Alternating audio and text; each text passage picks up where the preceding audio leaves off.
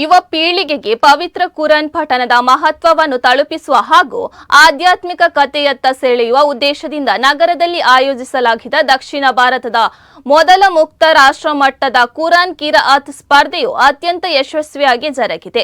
Doctor Abdul ಶಾಕಿಲ್ charitable trust ದಶಮಾನೋತ್ಸವದ ಅಂಗವಾಗಿ ನಗರದ Indian conventional ಹಾಲ್ನಲ್ಲಿ ಈ ಐತಿಹಾಸಿಕ ಸ್ಪರ್ಧೆ ಆಯೋಜಿತವಾಗಿದೆ. ಈ ರಾಷ್ಟ್ರ ಮಟ್ಟದ ಮಹತ್ವದ ಸ್ಪರ್ಧೆಗೆ ದೇಶಾದ್ಯಂತ ಅಭೂತಪೂರ್ವ ಪ್ರತಿಕ್ರಿಯೆ ವ್ಯಕ್ತವಾಗಿತ್ತು. ಕಾಶ್ಮೀರದಿಂದ ಕನ್ಯಾಕುಮಾರಿವರೆಗೂ ಒಟ್ಟು 2252 ಮಂದಿ ಆನ್ಲೈನ್ ಮೂಲಕ ತಮ್ಮ ಕಿರಾಅತ್ ವಿಡಿಯೋಗಳನ್ನು ಕಳುಹಿಸಿದ್ರು. ಖ್ಯಾತ ವಿದ್ವಾಂಸರಿಂದ ನಡೆದ ತಾಂತ್ರಿಕ ಪರಿಶೀಲನೆಯ ನಂತರ 50 ಸ್ಪರ್ಧಿಗಳನ್ನು ಅಂತಿಮ ಹಂತಕ್ಕೆ ಆಯ್ಕೆ ಮಾಡಲಾಗಿದೆ.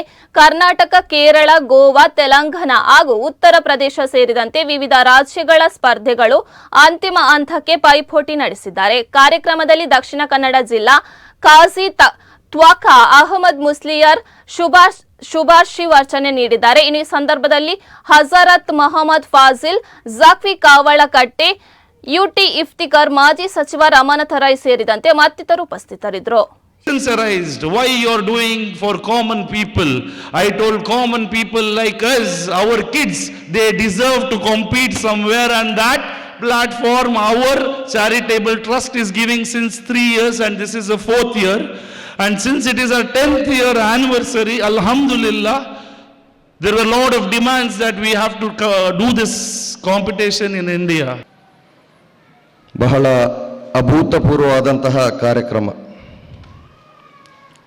ಈ ಒಂದು ಕಾರ್ಯಕ್ರಮದಲ್ಲಿ ಬಂದು ಒಂದು 5-10 ನಿಮಿಷ ಇದ್ದು ಹೋಗಬೇಕು ಅಂತ ಹೇಳಿ ಬಂದಂತಹ ನಾನು ಇಲ್ಲಿ ಸೋಫಾದಲ್ಲಿ ಕುಳಿತ ನಂತರ ಮೂಕ ವಿಸ್ಮಿತನಾದ.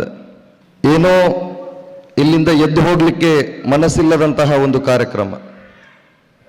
ಬೇರೆ ಬೇರೆ ತುರ್ತು ಕೆಲಸಗಳು ಇದ್ರೂ ಕೂಡ ಇಲ್ಲಿ ಮತ್ತೊಂದಷ್ಟು ನಿಮಿಷ ನಿಲ್ಲಬೇಕು ಅನ್ನುವಂತಹ ಒಂದು ಆವೇಶ ಇಲ್ಲಿಯ ಸ್ಪರ್ಧಿಗಳು ಪಠಿಸಿದಂತಹ ಕುರ್ಆನ್ನ ಮೂಲಕ ಸಿಕ್ಕಿತು.